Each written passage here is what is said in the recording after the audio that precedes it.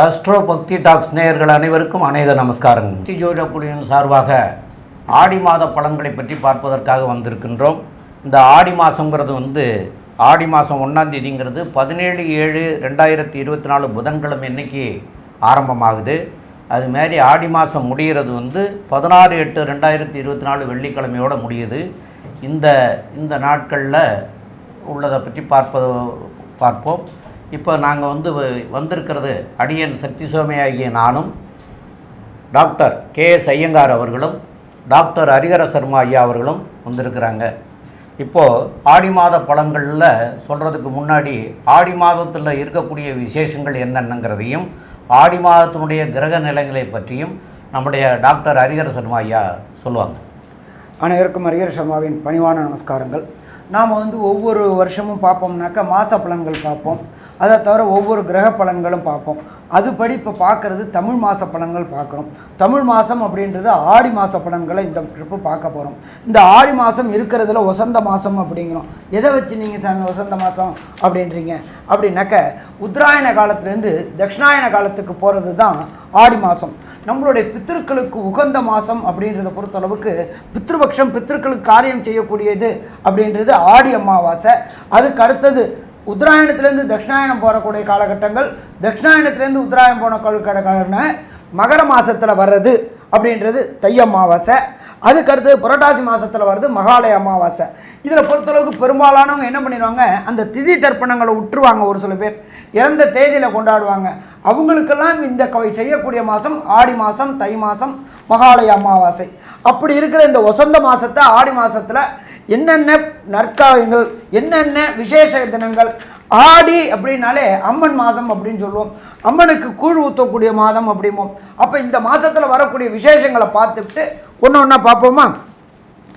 ஆடி மாதம் 3ஆம் தேதி அதாகப்பட்டது உங்களுக்கு என்ன வருது அப்படின்னு கேட்டோம்னாக்க 19/7/2024 தஞ்சை மாவட்டத்தில் உள்ள புன்னைநல்லூர் மாரியம்மனில் பூச்செறிதல் இருக்கிறதுலே ரொம்ப வசந்தது அப்படின்றது தஞ்சாவூர் புன்னைநல்லூர் மாரியம்மன். அதுக்கு அடுத்தது வர்றது அப்படின்றது 21/7/2024 பூர்ணிமா. இதில் என்ன, எல்லா மாதமும் தான் பௌர்ணமி வருதே சாமி, இதில் என்ன இந்த பூர்ணிமாவுக்கு மட்டும் விசேஷ பூர்ணிமா அப்படின்றது புத்த பூர்ணிமா அல்லது குரு பூர்ணிமா. குருமார்களை வணங்கக்கூடிய பூர்ணிமா. நமக்கு அக்ஷரம் சொல்லி கொடுத்த, அக்ஷரம்னாக்க நாம் செய்கின்ற தொழிலுக்கு அக்ஷரம் சொல்லி கொடுத்த குருமார்களை வணங்கக்கூடிய தினம் அப்படின்றது பௌர்ணமி தினம், அதாகப்பட்டது குரு பூர்ணிமா தினம். அதுக்கு அடுத்தது பார்த்தோம் அப்படின்னாக்க 23/7/2024 செவ்வாய்க்கிழமை நம்ம காஞ்சிபுரத்தில் உள்ள ஸ்ரீ ஜெயேந்திர சரஸ்வதி சுவாமிகளுடைய ஜெயந்தி. காஞ்சிபுரம் மடம் அப்படின்னாலே உங்களுக்கு பொறுத்தளவுக்கு முதல் மடம் அப்படின்றத பொறுத்தளவுக்கு கேரளாவில் உள்ள ஆதிசங்கரர் மடம். அடுத்தது வந்தது 64 பட்டம்ன்றது ஜெயேந்திர சரஸ்வதி சுவாமிகள். அவங்க அங்கேயே அனுஷ்டானம் ஆயிருக்கிறாங்க. அவங்களுக்கு ஜெயந்தி கொண்டாடக்கூடிய நாள் அப்படின்றது 23. அதுக்கு அடுத்தது பார்த்தோம்னாக்க 27/7/2024 சனிக்கிழமை நம்ம பூமி பூஜை போடுறது. பூமி பூஜை போடுறது அப்படின்னாக்க வாஸ்து பகவான் கண் விழிக்கக்கூடிய நாட்கள். வாஸ்து பகவான் கண் விழிக்கக்கூடிய நாட்களில் நாம் அந்த மனைக்கு உண்டான பூஜையை பண்ணிவிட்டு வீட்டு வேலையை தொடங்கினோம் அப்படின்னா எந்த விதமான தடசமும் வராது.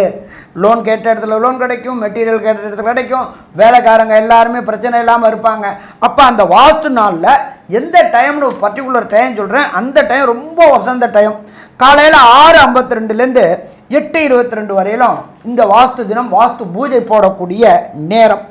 அதுக்கு அடுத்தது எம்பெருமான் முருகபெருமானுக்கு உண்டான தினம் அப்படின்றது ஆடி மாதத்தில் வர கிருத்திகை தினம். அதுக்கு அடுத்தது பார்த்தோம் அப்படின்னாக்க தஞ்சாவூர் மாவட்டம், கும்பகோணம் மாவட்டம், இந்த காவேரி நதி பாயக்கூடிய மாவட்டங்களில் என்ன பண்ணுவாங்க அப்படின்னாக்க ஆடி பெருக்கு அல்லது 18ஆம் பேர் அப்படிம்பாங்க. குழந்தையெல்லாம் சொப்பரத்தை எடுத்துகிட்டு போயிட்டு எல்லா சாப்பாடையும் வச்சுக்கிட்டு அந்த கரையோரம் சாப்பிடுவாங்க. அதே போல் புதுமண தம்பதிகளை பொறுத்தளவுக்கு மாங்கல்யம் மாற்றக்கூடிய நாள். இது எல்லாமே வசந்த நாள் அப்படின்றது ஆடி பெருக்கு. அதுக்கு அடுத்தது 4/8/2024 ஆடி அமாவாசை. அது என்ன சாமி ஆடி அமாவாசை, அது மட்டும் என்ன அப்படின்னாக்க உங்களுக்கு பொறுத்தளவுக்கு உத்தராயணத்துலேருந்து தட்சிணாயனம் மாறக்கூடிய காலகட்டம் அப்படின்றத பொறுத்தளவுக்கு கடக மாதம், அதாவது ஆடி மாதம். இந்த ஆடி மாதத்தில் பொறுத்தளவுக்கு உத்தராயணம் அப்படின்றது தேவர்களுடைய பகல் பொழுது, தட்சிணாயனம் அப்படின்றது தேவர்களுடைய இரவு பொழுது. இப்போ இந்த காலகட்டங்களில் ஆடி மாதத்தில் பொறுத்தளவுக்கு ஆடிப்பட்டம் தேடி விதை அப்படிம்பாங்க.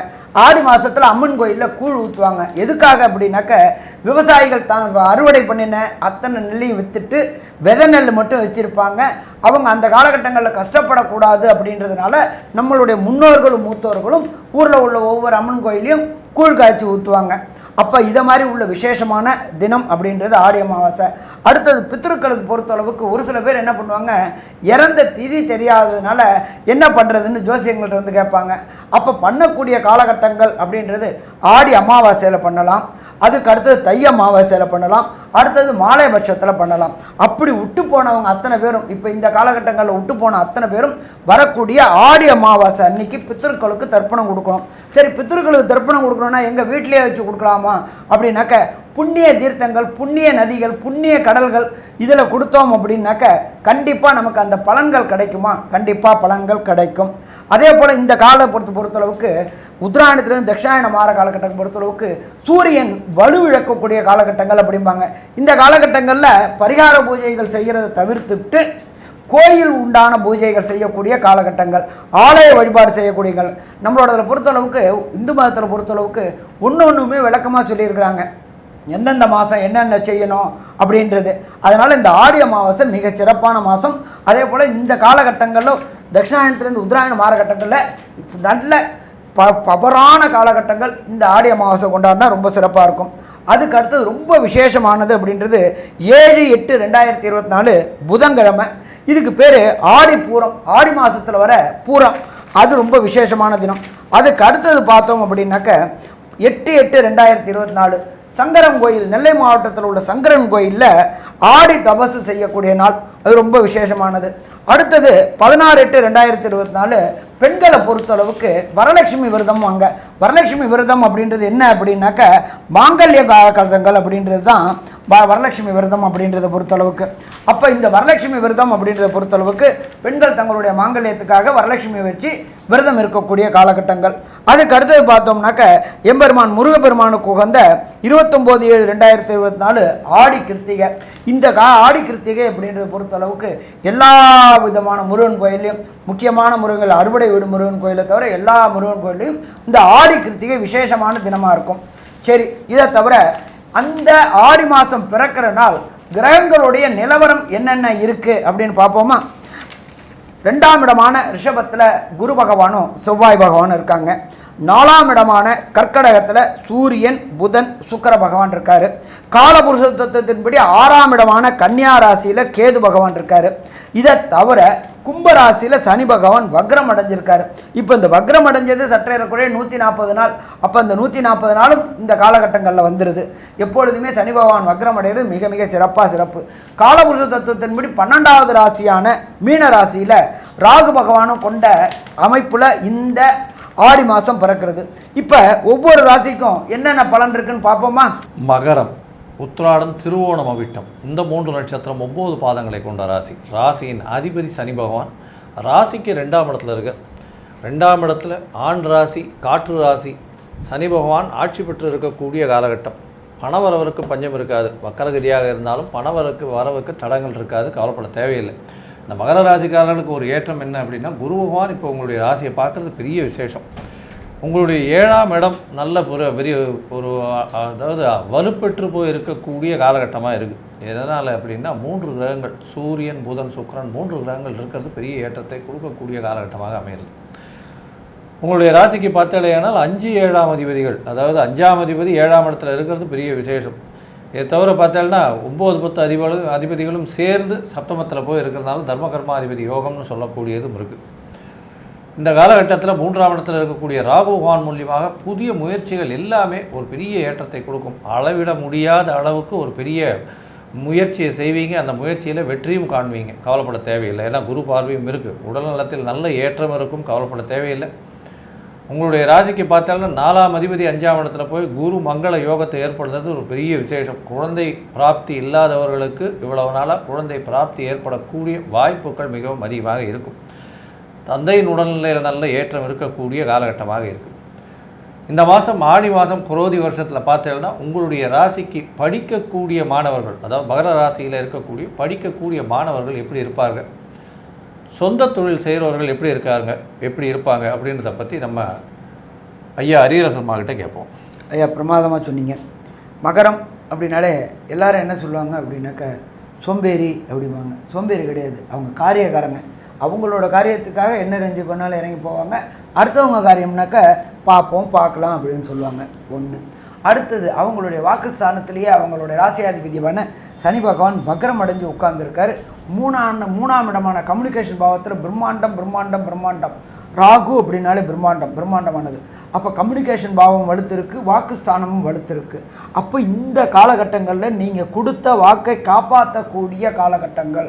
இப்போ ஒருத்தருக்கு நான் நாளைக்கு பணம் தரேன், அது பண்ணித்தரேன், இது பண்ணித்தரேன்னு சொல்லியிருந்தீங்கன்னாக்க அதை முடிக்கக்கூடிய காலகட்டங்கள், வாக்கு பலிதம் உண்டாகக்கூடிய காலகட்டங்கள். அடுத்தது நம்பர் 2, 5ல் இருக்கிற குரு பகவான் உங்களுடைய ராசியை பார்க்குறார். தன்னோட விசேஷ பார்வையான 9ஆம் பார்வையால் பார்க்குறார். 9ஆம் பார்வையால் பார்க்கும்போது சுயமுயற்சி எடுக்கக்கூடிய மகர ராசி என்பர்கள். ஒன்றும் ஒரு உதாரணம் எடுத்துக்கலாமே.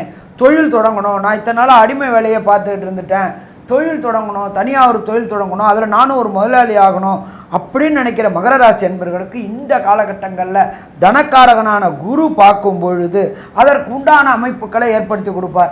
தனக்காரகன் வந்தாச்சு அப்படின்னாலே நம்மளோட இப்போ பாரத தேசத்தில் பொறுத்தளவுக்கு ஸ்டார்ட் அப் கம்பெனிஸ்ன்னு வருது. இப்போ இந்த ஸ்டார்ட் அப் கம்பெனி தொடங்குறது மிக எளிது. உங்களுக்கு மூளை மட்டும் இருந்துட்டால் போதும், பணத்தெல்லாம் அத்தனையும் கவர்மெண்ட் கொடுத்து ஹெல்ப் பண்ணி நல்லபடியாக கொண்டு போகிறது. அப்போ இதுவரையிலும் தொழிலாளராக இருந்தவங்க முதலாளியாக ஆகக்கூடிய வாய்ப்புகள் இந்த மகர ராசி என்பவர்களுக்கு இந்த ஆடி வர மாதத்தில் ஏற்படக்கூடிய வாய்ப்புகள் உண்டாகும். அடுத்தது தொழில் ஸ்தானம் அப்படின்றத பொறுத்தளவுக்கு 10ஆம் இடம் அப்படின்றது தொழில் ஸ்தானம். 10க்குடைய சுக்கிரன் 7ஆம் இடத்துல இருக்கார். கண்டிப்பாக மனைவி வந்த நேரம் தொழில் சிறக்கக்கூடிய வாய்ப்புகள் உண்டு. எப்போதுமே ஜோதிட சாஸ்திரத்தில் 7, 9 தொடர்பு. இப்போ பார்த்தோம்னாக்கா 5, 7, 10 தொடர்பு வருது. சந்தான பாக்கியம், அதே போல் புத்திரர்கள் வந்த நேரம் குடும்பம் உயரக்கூடிய வாய்ப்புகள் உண்டு. திருமணமான நேரம் தொழில் விருத்தி ஆகக்கூடிய வாய்ப்புகள் உண்டு. அதே போல் 10க்கு உண்டானவர் 11க்கு உண்டானவரான செவ்வாய் அவர் 5ஆம் இடத்துலேருந்து சதசப்தமாக பார்வை பார்க்குறார். வண்டி வாகனம் நிலம் வாங்கி வீடு கட்டக்கூடிய வாய்ப்புகளும் உண்டு. ரொம்ப நாளாக நான் ஒன்று கொடுத்தனத்திலே இருக்கிறேன் அப்படி நினைக்கிறவங்களுக்கு இடம் வாங்கி கட்டக்கூடிய வாய்ப்புகள் உண்டு. அதற்கு உண்டான பொருளாதாரத்தை தனக்காரனான குரு பகவான் கொடுக்கக்கூடிய வாய்ப்புகள் உண்டு. அப்போ சுயமுயற்சி எடுத்தோம்னா ஜெயிக்கக்கூடிய வாய்ப்புகள் உண்டு. அதே போல் மகர ராசி அன்பர்களை பொறுத்தளவுக்கு நீண்ட நாட்களாக திருமணம் தடையும் தாமதமும் ஏற்பட்டுகிட்டு இருந்துச்சு. அப்போ அந்த திருமணம் தடையும் தாமதமும் விலகக்கூடிய வாய்ப்புகள் உண்டு. 6க்கு உண்டானவர் 7ல் இருக்கார். அதே போல் 8க்கு உண்டானவரும் 7ல் இருக்கார். அடுத்தது பார்த்தீங்கன்னாக்க சுக்கிரனும் களத்திர காரகனும் அங்கேயே இருக்கிறார். அப்போ கண்டிப்பாக திருமணம் தடை தாமதம் ஏற்பட்டு இருந்தவங்களுக்கு திருமணம் தடை தாமதம் விலகி கண்டிப்பாக இந்த ஆடி 18 முடிஞ்சவிட்டு பெரும்பாலும் நம்மளுடைய இதில் என்ன பண்ணுவாங்க அப்படின்னாக்க ஆடி அப்படின்றத பொறுத்தவரை பித்திருக்கள் மாதம், ஆடி அப்படின்றது தெய்வங்கள் மாதம். அதனால் அந்த காலகட்டங்களில் எந்த விதமான சுப நிகழ்வு நிகழ்த்தக்கூடாது வீட்டில். அதனால் கோயில்களில் தான் சுப நிகழ்வு நிகழ்த்தணும் அப்படிம்பாங்க. பட் ஆடிப்பெருக்கு முடிஞ்சிருத்து அப்படின்னு சொன்னாக்க சுபகாரியங்களை தொடங்கலாமா? சுபகாரியங்களை தொடங்கலாம். அப்போ திருமணம் தடை தாமதம் ஏற்பட்டிருந்த மகர ராசி என்பவர்களுக்கு கண்டிப்பாக திருமணம் கைகூடக்கூடிய வாய்ப்புகள் உண்டு. எப்பொழுதுமே ஜோதிட சாஸ்திரத்தில் சொல்லியிருக்கிறது அப்படின்றது சனி தொடர்பும் குரு தொடர்பும் வரும்போது தான் திருமணம் வரும். இப்போ மகர ராசி என்பவர்களுக்கு பொறுத்தளவுக்கு பாதச்சனி நடக்குது, குரு 5ல் இருக்கார். அப்போ கண்டிப்பாக திருமணம் தடை தாமதங்கள் ஏற்படக்கூடிய வாய்ப்புகள் அத்தனையும் நீங்கி திருமணத்திற்கு உண்டான ஏற்பாடுகள் நடக்கும். அடுத்தது 7ஆம் அதிபதி அப்படின்றது 7ஆம் இடத்துல இருக்கிறது சூரியன், புதன், சுக்கிரன். உங்களுடைய லைஃப் பார்ட்னர் நல்லபடியாக அமைஞ்சிடும். அதே போல் பிஸ்னஸ் பார்ட்னரும் நல்லபடியாக அமைஞ்சு உங்களுக்கு ஏற்றமான காலகட்டமாக இருக்குமா? ஏற்றமான காலகட்டமாக இருக்கும்.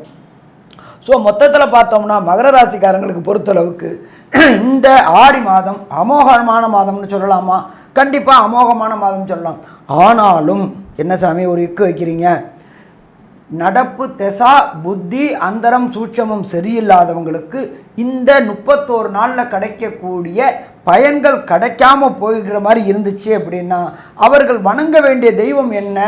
அந்த தெய்வத்தை வணங்கும் பொழுது நமக்கு உண்டான அந்த பரிகாரம் செய்யும் பொழுது வெற்றி கிடைக்கும். இதை தவிர இந்த 31 நாளில் புதிய முயற்சிகள் தொடங்கக்கூடியதை தவிர்க்கக்கூடிய நாட்கள் என்ன, அதாவது சந்திராசிரம தினங்கள் என்ன அப்படின்றத நம்ம ஐயா சக்தி சோமையா விரிவாகவும் விளக்கமாகவும் சொல்லுவாங்க. ரொம்ப அற்புதமாக தெளிவாக விவரமாக 2 பேருமே சொன்னீங்க.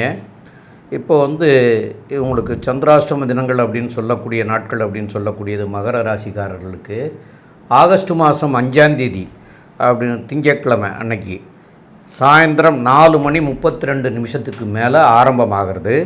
அதன் பின்னாடி 6ஆம் தேதி செவ்வாய்க்கிழமையும் 7ஆம் தேதி புதன்கிழமையும் இந்த 2.25 நாட்கள் வந்து சந்திராஷ்டம தினங்கள். இந்த சந்திராஷ்டம தினங்களில் புதிய முயற்சிகள் எதுவும் எடுக்க வேண்டாம். அதேமாரி வெளியூர் வெளிநாடு பயணங்கள் எதுவும் செய்ய வேண்டாம். இதுகளை அவசியம் தவிர்க்கிறது மிக மிக நல்லது. இது போக நாங்கள் எல்லா மாதமும் உங்களுக்கு அந்தந்த மாதத்துக்குரிய கிரகத்தினுடைய சூழ்நிலையும் கிரக சஞ்சாரத்தினுடைய சூழ்நிலையை வச்சு எந்த தெய்வத்தை வணங்கினால் உங்களுக்கு சரியாக இருக்கும் அப்படிங்கிறத நாங்கள் எல்லா மாதமும் சொல்லிட்டு தான் இருக்கிறோம். இது சில பேர் என்னென்னு கேட்டால் நாங்கள் அதை செய்தோம் எங்களுக்கு சரியாக வரலையே அப்படின்னு சில பேருடைய கேள்விகள் இருக்கிறது. அந்த கேள்விகளுக்கு என்ன பதில் அப்படின்னு கேட்டிங்கன்னா, உங்களுடைய பேரண்ட்ஸ், அதாவது உங்களுடைய தாய் தகப்பனுக்கு, அதாவது மாதா பிதா குரு தெய்வம்னு சொல்லியிருக்கு. தெய்வங்கிறது 4வது தான் சொல்லியிருக்கு. மாதா பிதா குரு, அதுக்கப்புறம் தான் தெய்வம் சொல்லியிருக்கு. அப்போது மாதா பிதா குரு தெய்வம்னா முதல்ல தாய், அதுக்கப்புறம் தகப்பன். அப்போ உயிரோடு இருக்கிற போது தாய் தகப்பனுக்கு செய்ய வேண்டிய கடமைகளை செய்யணும். அவங்க தெய்வ நிலை அடைஞ்சிட்டாங்க அப்படின்னு சொன்னால் அந்த காலகட்டத்திலேயும் அவங்களுக்கு செய்ய வேண்டிய கடமைகளை செய்யணும். இது ரெண்டையும் இந்த கடமைகளை செய்துட்டு மேற்கொண்டு உங்களுடைய குலதெய்வம் அப்படின்னு சொல்லக்கூடிய தெய்வத்துக்கு வருஷத்துக்கு ஒரு தடவையாவது போயிட்டு வரணும். இதை செய்துட்டு நீங்கள் இந்த இதுகளையெல்லாம் செய்தால்தான் அந்த பலனும் சரியாக வரும், இல்லைன்னா வராது. அதனால் அவசியம் அவங்களுக்கு அதெல்லாம் செய்ய வேண்டிய கடமைகளை செய்யுங்க. அதுக்கப்புறம் இதெல்லாம் செய்யுங்க, கண்டிப்பாக நல்லா வரும். இந்த மாதம் உங்களுக்கு அதாவது திருவேற்காடு கருமாரியம்மன் கோயிலுக்கு போங்க. அதில் செவ்வாய்க்கிழமை அல்லது வெள்ளிக்கிழமை இன்னைக்கு போய் உங்களால் முடிஞ்சது என்ன முடியுமோ அதை செய்யலாம். அதுலேயும் அம்மனுக்கு வஸ்திரம் சாத்தி வழிபட்டுட்டு வர்றது மிக மிக சிறப்பாக இருக்கும். அது போக தான தர்மங்கள் செய்யலாம். நீங்கள் போகிறது வெள்ளி செவ்வாயில் போக சொல்கிறோம். அந்த வெள்ளி செவ்வாய்க்கிழமை போகிற போது கோயிலுக்கு வர்ற பக்தர்களுக்கு நீர்மோர் கொடுக்கலாம். அதேமாரி மதிய நேரமாக இருந்ததுன்னா தயிர் சாதங்கள் வழங்கலாம். இது போக ஏழை எளிய மக்கள், முதியோர்கள் அப்படின்னு சொல்லக்கூடியவர்களுக்கு ஒரு பெட்ஷீட் வாங்கி கொடுக்கலாம். அவங்களுக்கு வஸ்திரங்கள் தர்மமாக பண்ணி கொடுக்கலாம். இல்லைன்னா அதெல்லாம் நாங்கள் ஆளை தேடி போக முடியாது அப்படின்னு சொன்னால் ஒரு ஹாஸ்டல் இருக்கிற இடங்களுக்கு தேடி போங்க. ஒரு 10 போர்வை வாங்கி கொடுங்க, 10 துண்டு வாங்கி கொடுங்க. இந்த மாதிரி வஸ்திரங்கள் வாங்கி கொடுத்தீங்கன்னா அதை அவங்களுக்கு உபயோகப்படுத்துறதுக்காக அந்த முதியோர் இல்லத்திலிருந்து கொடுப்பாங்க. அது உங்களுக்கு பெரிய தர்மமாக அமையக்கூடிய வாய்ப்புகள் உண்டு. அதனால் உங்களுக்கு எல்லாம் நன்மையாக நடக்கிறதுக்கு உண்டான வாய்ப்புகள் மிக மிக அதிகமாக இருக்கும். இந்த மாதத்தில் அதை பண்ணிக்கிறங்க. மேற்கொண்டு உள்ள விவரங்களை நம்முடைய டாக்டர் KS ஐயங்கார் அவங்க சொல்லுவாங்க. ஐயா, அற்புதமாக சொன்னீங்க. மகர ராசியை பொறுத்தவரையிலும் இந்த ஆடி மாதம் குரோதி வருஷம் ஒரு நல்ல ஏற்றத்தை கொடுக்கக்கூடிய மாதமாக இருக்கும். என்ன அப்படின்னா 7.5 சனி இருக்குது, இருந்தாலும் சனி பகவான் மக்கரகதியில் இருக்கார். குடும்பத்துக்குள்ளே சற்று சலசலப்பு இருக்கும். பணவரவிற்கு பஞ்சம் இருக்காது. முயற்சிகள் எல்லாமே கைகூடும். புதிய தொழில் அமையக்கூடிய வாய்ப்பு, பார்ட்னர்ஷிப் பிஸ்னஸில் நல்ல ஏற்றம் இருக்கும். படிக்கக்கூடிய குழந்தைகளுக்கு நல்ல ஒரு ஏற்றம் இருக்கக்கூடிய காலகட்டம். வெளிநாடு போகக்கூடிய பாக்கியம் நிச்சயமாக உண்டு. வெளிநாட்டில் போய் படிக்கக்கூடிய பாக்கியம் நிச்சயமாக உண்டு. தாயின் உடல்நிலையில் நல்ல ஏற்றம் இருக்கக்கூடிய காலகட்டம். தந்தையின் உடல்நிலையில் சற்று பின்னடைவு இருக்கும். கொஞ்சம் ஜாகிரதையாக இருங்க. ஏன்னா கேத்து பகவான் 9ஆம் இடத்துலையும் சூரியனும் கடகத்தில் இருக்கிறது அந்த அளவு ஏற்றத்தை கொடுக்காது. கேத்து பகவானையாவது குரு பார்க்குறார், அதனால் ஓரளவு பரவாயில்லாமல் இருக்கிறதுக்கு வாய்ப்புகள் உண்டு. படிக்கக்கூடிய மாணவர்கள் மேல் படிப்புக்குன்னு வெளிநாடு போகக்கூடிய பாக்கியங்கள் நிச்சயமாக உண்டு. மொத்தத்தில் பார்த்தீங்களேன்னா இந்த மகர ராசிக்காரர்களுக்கு ஒரு ஏற்றமான காலம், பண வருமானமான காலமாக இந்த மாதம் இருக்கும் அப்படின்னு இந்த சக்தி ஜோதிட குழு சொல்லுது. நன்றி, நமஸ்காரம்.